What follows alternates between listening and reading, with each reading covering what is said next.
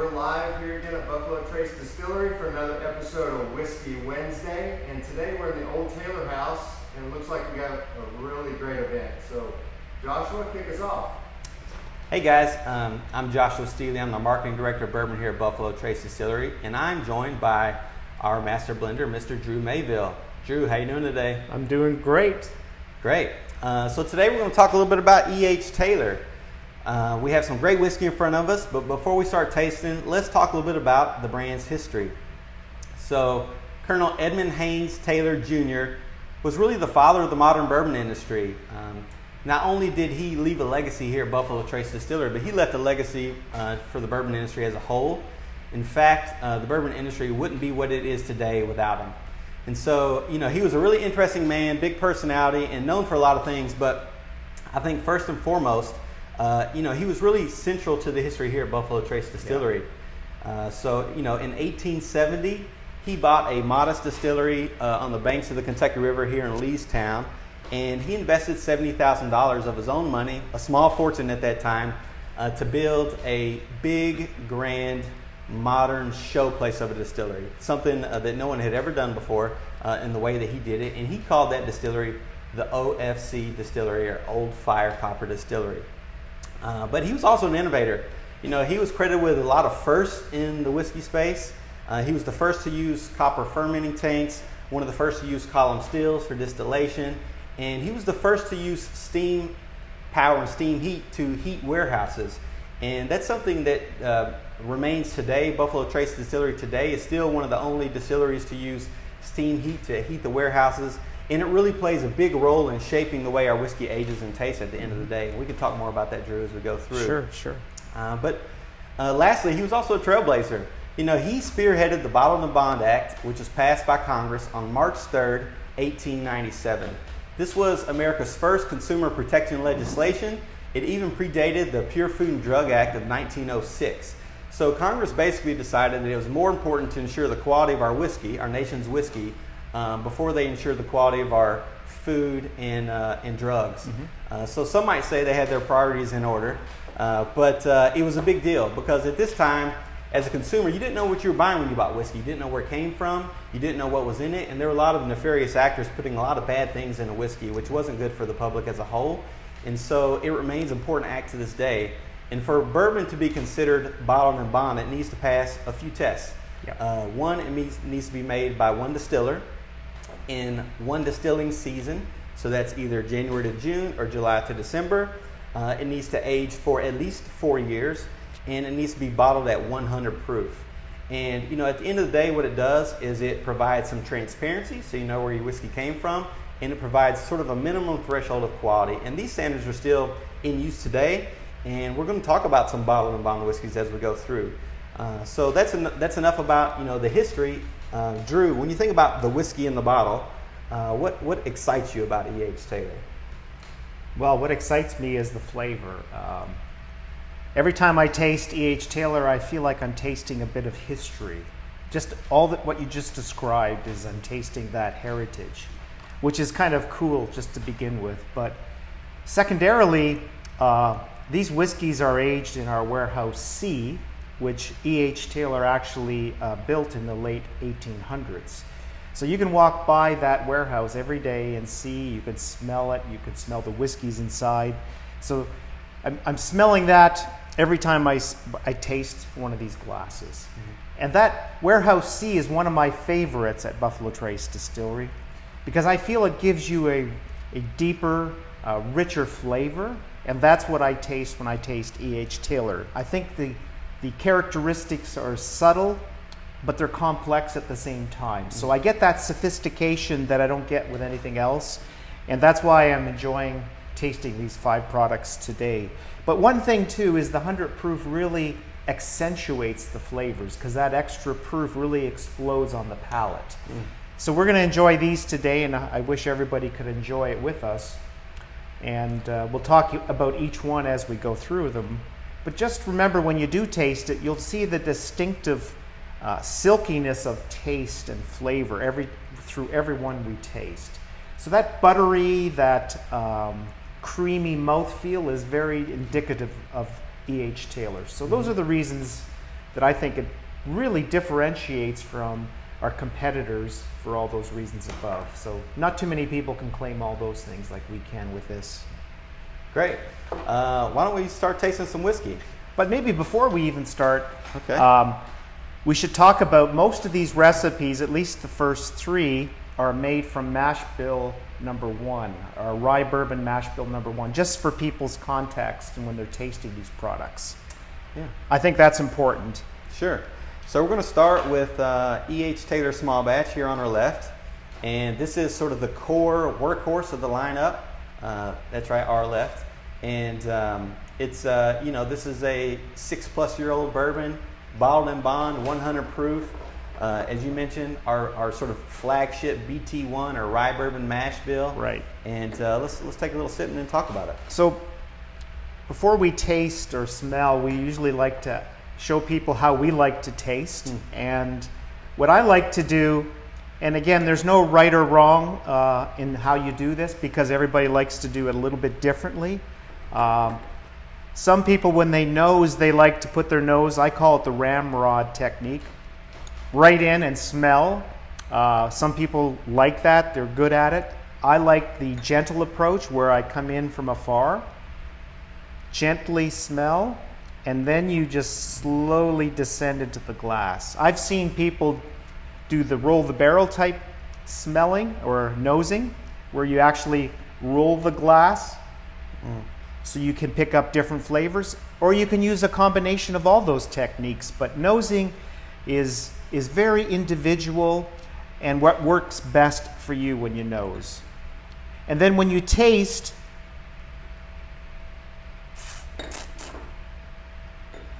I like to taste only a little bit on the palate and swirl it around the tongue so you get it all over, so you hit all the different receptors. But at the same time, you let air in, just keep your mouth cracked slightly just to let that circulate through your nasal passages, because when you taste, you also smell. And it's really important that you look at the story that the whiskey is telling you, because each whiskey is unique in its own right. It has a beginning, a middle, and an end. So a lot of the experts in the industry talk about the nose, the taste, and the finish. To me, that's like the beginning, the middle, and the end. So it really is a story that it's telling you, and you can differentiate different whiskeys based on that simple technique. But once we taste, you have to taste it again, because the first time just acclimatizes your palate, and you need to really taste it again, and maybe even again and again until the bottle's gone. No, I'm just kidding. But let's nose the first one, which is the Small batch. small batch. You're so right that the nosing is just part of the experience. It creates this multi-sensorial sort of experience that I think just adds to the pleasure of drinking great bourbon. So when we nose the first one, again, you can nose it the way you want. I know everybody on Facebook Live or Instagram or whatever doesn't have one of these samples, but just imagine that you're actually doing this. But you get all these caramel notes right off, maybe like a caramelized apple, like you're eating one of those during Halloween. You know how that smells? You get some of that maybe pumpkin spice. Maybe this is a real fall type smell that I'm smelling today because the fall is around the corner. You get, say, maybe some of that apple, but maybe a raisiny type note. I get some cherries too. And some people do get cherries, and you'll see it throughout this lineup, a lot of cherry notes, that red cherry or dark red fruits. Yeah. I will say there are a handful of whiskeys in our portfolio that I say, if you want to know what Buffalo Trace Distillery is about, try this whiskey. And I would say E.H. Taylor Small Batches sort of fits that bill because it comes from our flagship mash bill. And you just get the sort of backbone of the distillery, these notes that come across in a lot of what we do. And so it's really fun in that sense. And then when you have the different warehouse, like Warehouse C, it really adds a signature touch to this whiskey. And that's where that richer and deeper. So when we taste it, you're going to notice the richness. Let's taste it.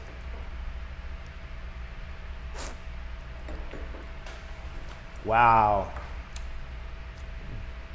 You really get that that caramel type corn butterscotch flavor, maybe some brown sugar some people might detect, and maybe even a touch of the chocolate. And then as it finishes, remember you have a beginning, middle, and end.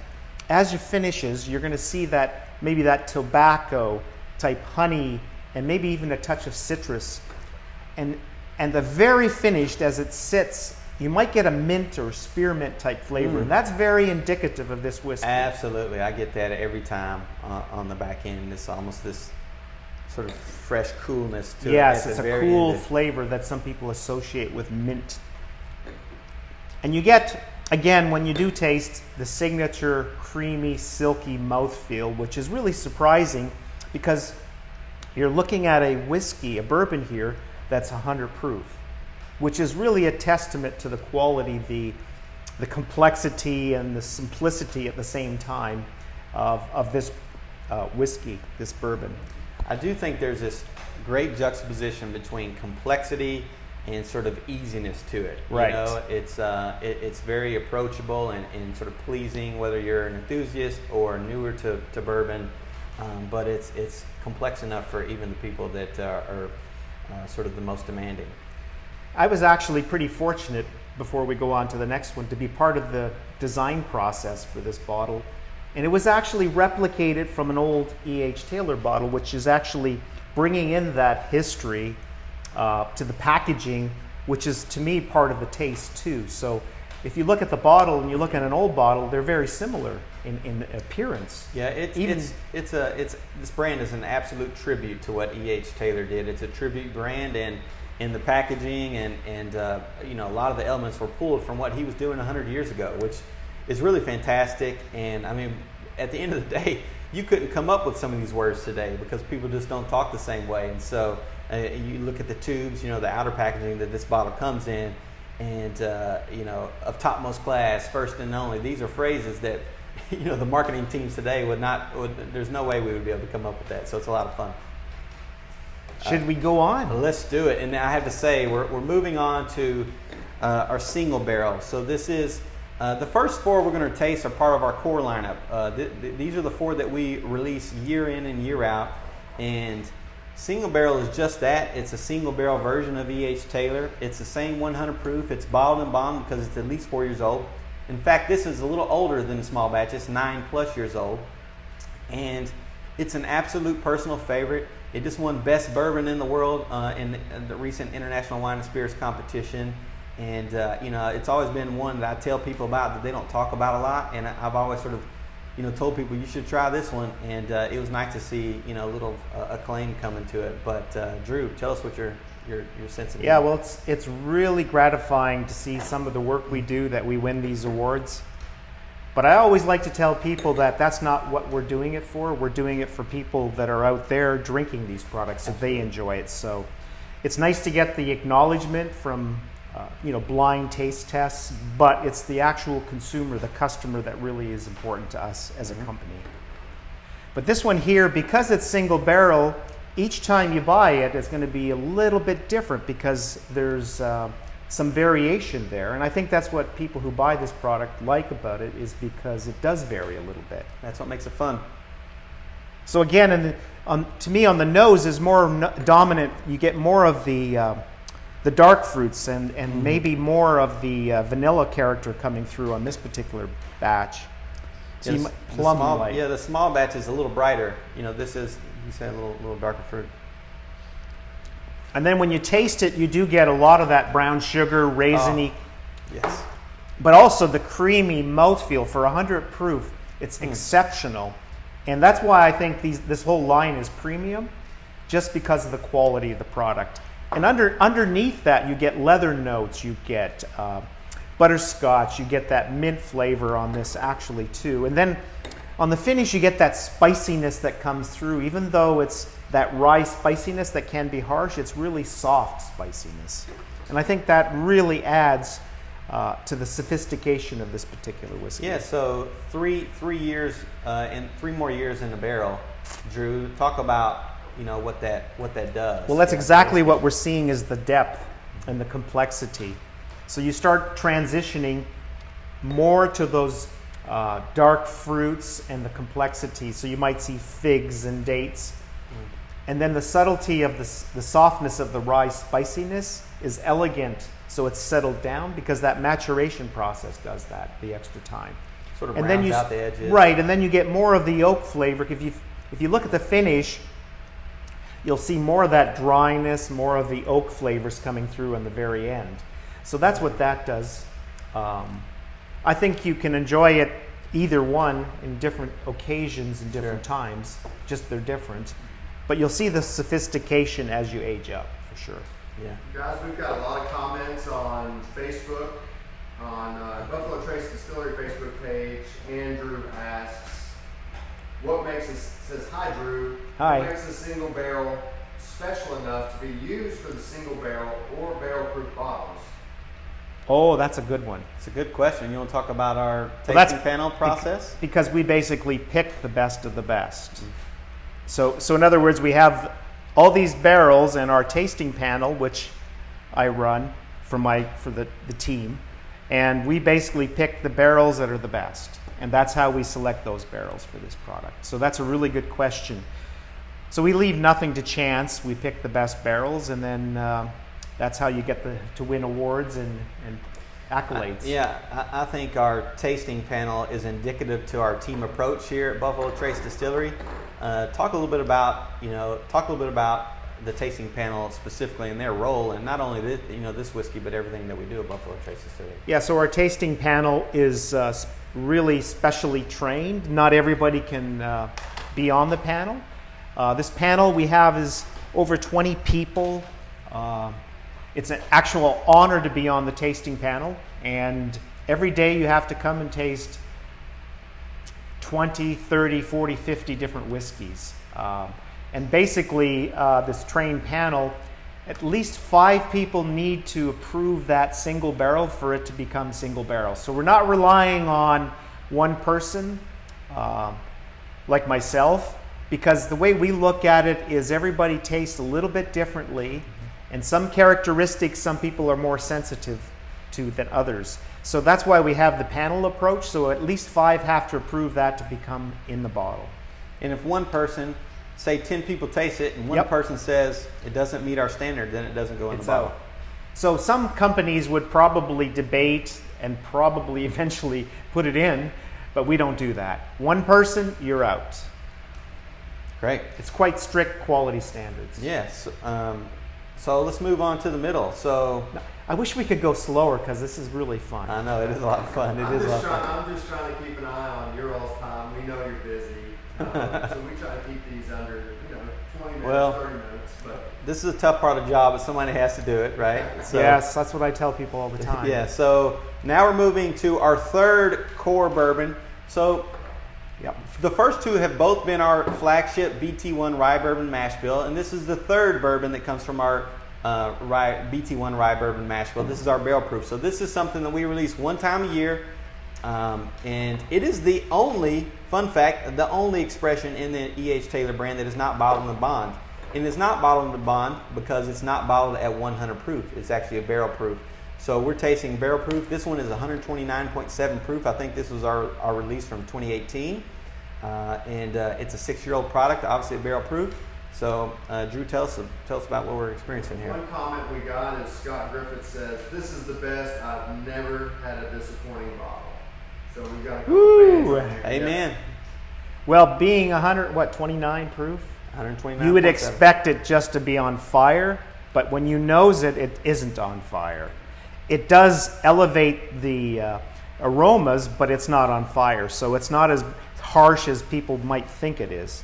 And don't forget, this one is uncut and unfiltered, so now you're really accentuating the flavor profile. So everything we taste before, now this is just accentuated by that, and plus the proof. So on the nose, you're going to get that typical vanilla, dark fruit, and that red berry nose, and a lot softer than you might expect, so you'll be pleasantly surprised.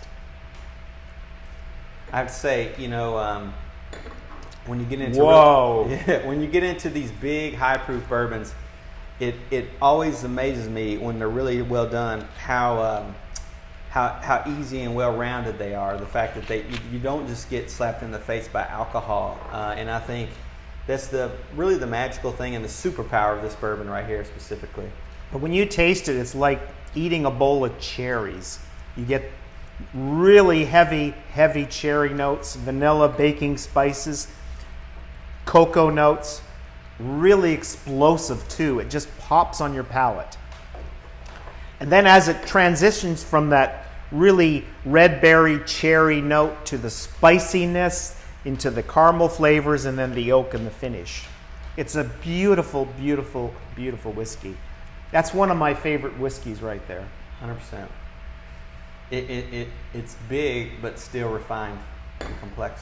And that's really difficult to do when you have 129 proof. Yeah. And the finish right now is still all those cherry notes, all those candied cherry notes. Just a beautiful finish. And it hangs out, for a long time. It's hanging in. It's a very long finish, yeah. Wow. So, why don't we keep moving? I know it's hard to leave that one, right? We would just settle a little bit more. Yeah. No, I'm just kidding. So now we're moving out of bourbon and into a different whiskey category. Before we hit the rye, Joshua, Okay. I do have a good question from Brian Mackey on Facebook. And this is to either one of you, but are the different expressions, such as barrel proof and small batch, taken from the same barrels? Or is there something that sets the two apart besides proof? Like, is the barrel proof selected from better barrels in the warehouse? No, I wouldn't say barrel, but every batch is a little bit different. And also location. Yeah. So location is extremely important because you can get different tastes from different warehouses at Buffalo Trace. We celebrate that diversity in our warehouses, and you can actually select the taste profile depending on the location of the warehouse and within the warehouse actually. So there's a lot of factors involved. We have a lot of history and a lot of data on every floor of every warehouse, and so when we set out to pick a batch of barrels that will go into an E.H. Taylor small batch, we have a lot of history and know-how and data in helping us select the right barrels for that expression. We're going to select a different batch of barrels for a single barrel because we want a different profile, and so that's sort of the process. A lot of science, some art and history involved as well. Yeah, and it's not just a matter of a certain age, because a lot of people gravitate to the age. Oh, it's this old, this old. It's all about, like you said, the taste profile. That's really what we're concerned about. So that taste profile in one warehouse could be good at that time, but the same whiskey in another warehouse may not be good at that time. Mm-hmm. So we really we focus on the taste. That's what we focus on. So very good question. Yeah, great question. So let's taste a little rye. So this is not a bourbon. It is bottled and bond. It's a straight rye. So this is a rye whiskey. So instead of being a corn dominant whiskey, it's a rye dominant whiskey. And so rye is the lead grain here, and it's going to be spicier and fruitier. And Drew, you're probably going to be able to tell us a lot better than me. I'll just sit here and enjoy. Oh, completely different on the nose. Completely. So you get that cracked black pepper, that rye spiciness. You get, a lot of our tasting panel, every time they look at something like this, they see dill. Just like the other night I was making pasta with a sauce with dill. It just smells so much like dill. And I get a lot of bright fruitiness on top of this black pepper spiciness. And when you taste it, that's where that dark fruit comes out, those dates and figs. Really strong. A touch maybe of cinnamon.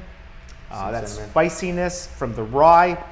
And you can see it carry through that spiciness, that candied taste. It's really that sweetness is kind of candied. I get like a candied apricot sort of thing. And you might even get a little licorice anise type note. Yep. And then it finishes dry a little bit on the finish, but not excessively. So I think the balance is superb on this. Yeah, it's an amazing rye whiskey, and something that we release every year. So now we're on to our last. So those are our 4 core E.H. Taylor expressions that we release year in and year out. this is part of the program where we probably remind everyone we're making more of this every year. We know some of it can be hard to find at times, but we're cranking away, making more whiskey year in and year out. And we have big plans for all these things that we tasted. But this last one is a treat. It, in addition to our core lineup, we release a special release every year for E.H. Taylor. E.H. Taylor, we talked about how he was, really an innovator, and innovation was just a part of who he was, and so we want to carry that through on the brand. And so we try to do something new and unique year in and year out every year. And this year's release, a few months back, we released our 18-year marriage. So this is a special one-time only release. We're really proud of the way this came out, and it's a treat. So I'm going to let Drew. Why don't you tell us a little about what we're going to? Yeah, taste. This bottle of 18 years lasts longer than most marriages, which is kind of funny in a way.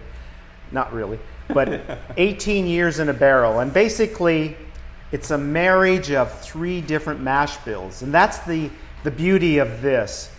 Not only is it 18 years, which is a very long time for a bourbon to be aged, but it's 3 different ones. So that's our mash bill number 1, number 2, and our wheated mash bill.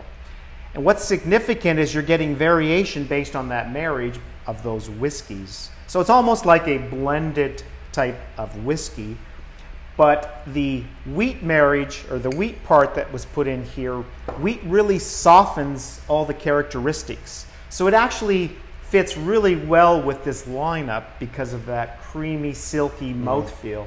And because it's aged 18, you're accentuating that. So you've got a masterpiece basically here in a bottle.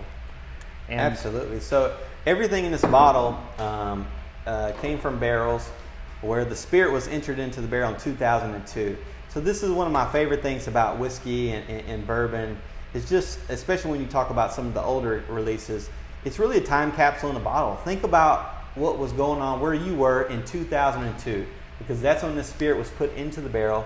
We bottled it in 2020, so everything in this bottle is 18 years old. It came from one distilling season, so it was all made around the same time in 2002. And 3 different mash bills, three great inputs come together to make something truly amazing. I think the sum is better than the individual parts, because each one of these would be a fantastic whiskey, but now you put them together and you've got a great whiskey. Oh. So when you nose it, you really, the vanilla, the toasted oak, even spearmint, maybe some leather notes on the nose. It's like I get like this creme brulee, like this toasted vanilla, and it's really so good. soft. It's so soft, Drew. Yes. It does not drink. It does not taste like it's 100 proof. No, it tastes not even close. It has the viscosity of something higher proof, but it tastes like it's a lot lower proof. One of our taste panelists sees that vanilla, that butter type cake. She calls it a Dunkaroo. Have you ever had a Dunkaroo? I have not. And if you've had it, you know what I'm talking about. And she gets that every time she looks at things like this. So I just a shout out for Melissa. Is that like a vanilla wafer? Yeah. Well, that's really great. And I think there is questions around the Sure. 18-year marriage part. Sure. And sometimes we hear the word mingling or blending. So when you blend those, we have a question about that from Nicholas Powers. How long does that mingling process take on something like this 18-year marriage? Well, there's a difference between when you do it. This was done post-aging. So you take that, because some of the products we do before, this one was done post. So after maturation, we took the 3 products, put it together, and it typically has to get, the ingredients need to marry or get to know each other, but it takes at least 24, 48 hours for that process to happen before they start settling down. And as a matter of fact, over the age of the product, even when it's in the bottle, there's still that mingling and oxidation, which is much slower. But initially, it takes at least 24 to 48 hours. Okay. Great. Well, I know we try to keep these under 30 minutes for the Yes. tastings, and we're at Yeah. about 30 minutes. So Great. is there any last, anything you'd like to let our fans know and people following along? E.H. Taylor is near and dear to our heart. You know, we love this brand. We have high hopes for it in the future. And it's a very fun brand because you learn a lot about the history of bourbon, the big personalities that shaped the bourbon industry into what the bourbon industry is today. And you also get a lot of variety. It's one of my favorite sort of lineups to taste because we're tasting different mash bills, different styles of whiskey, different proofs, different ages, and with some special things thrown in. So it's a very fun one. It's a fun one to taste, and recommend if you guys have the opportunity to do that at home sometime. So thanks for tuning in, and we really appreciate it. Anything, Drew? All right. Good? Yep. All right. Thank you guys so much. We know you're super busy, so we're going to call it. And we'll answer some of these questions in the feed with our text that we didn't get to with the copy. So